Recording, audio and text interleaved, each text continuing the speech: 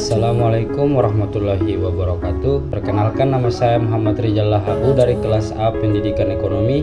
Pada video kali ini saya akan mempresentasikan materi saya, yaitu tentang pengendalian intern perusahaan. Sistem pengendalian intern perusahaan didefinisikan sebagai suatu proses pengendalian yang dilaksanakan secara terus-menerus oleh direksi, pejabat struktural, pejabat fungsional, dan pelaksana, dirancang untuk memberikan keyakinan yang memadai terhadap pencapaian visi, misi, sasaran, dan tujuan perusahaan. Secara umum, pengertian pengendalian intern adalah suatu proses pada organisasi dalam mengecek ketelitian, keakurasian, serta efektivitas dan efisiensi dari suatu proses bisnis untuk mencapai tujuan tertentu. Contoh pengendalian internal, ketika peralatan, persediaan surat berharga, uang tunai, dan aset lainnya dijamin secara fisik. Hal ini dapat terjadi melalui penggunaan kunci brankas atau kontrol lingkungan lainnya. Akses dibatasi untuk mereka yang memiliki wewenang untuk menanganinya. 5 unsur pengendalian perusahaan sesuai dengan PP nomor 60 tahun 2008. SPIP terdiri dari 5 unsur, yaitu lingkungan pengendalian, penilaian risiko, kegiatan pengendalian, informasi dan komunikasi, serta pemantauan pengendalian intern. Prosedur pengendalian intern yang harus diperhatikan dalam SPI. Pertama, penggunaan wewenang secara tepat untuk melakukan suatu kegiatan atau transaksi. Yang kedua, pembagian tugas. Yang ketiga, pembuatan dan penggunaan dokumen dan catatan yang memadai.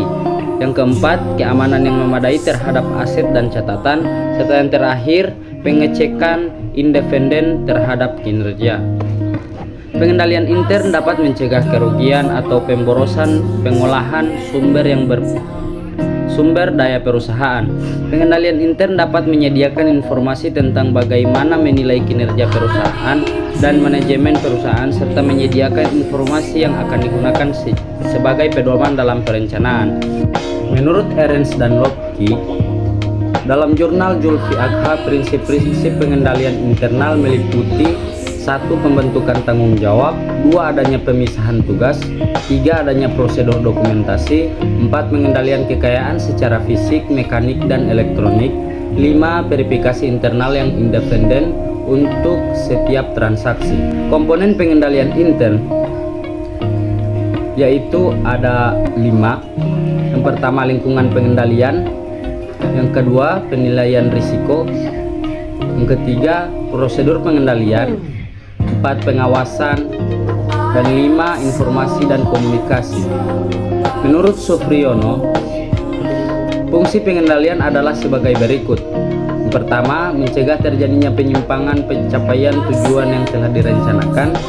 Yang kedua, agar proses kerja sesuai dengan prosedur yang telah ditetapkan. Yang ketiga, mencegah menghilangkan hambatan dan kesulitan yang akan atau sedang mungkin terjadi dalam pelaksanaan kegiatan. Keempat, mencegah penyimpangan penggunaan sumber daya. Tujuan utama dari pengendalian intern adalah mampu mewujudkan visi dan goals perusahaan dengan memastikan bahwa komponen perusahaan patuh terhadap hukum.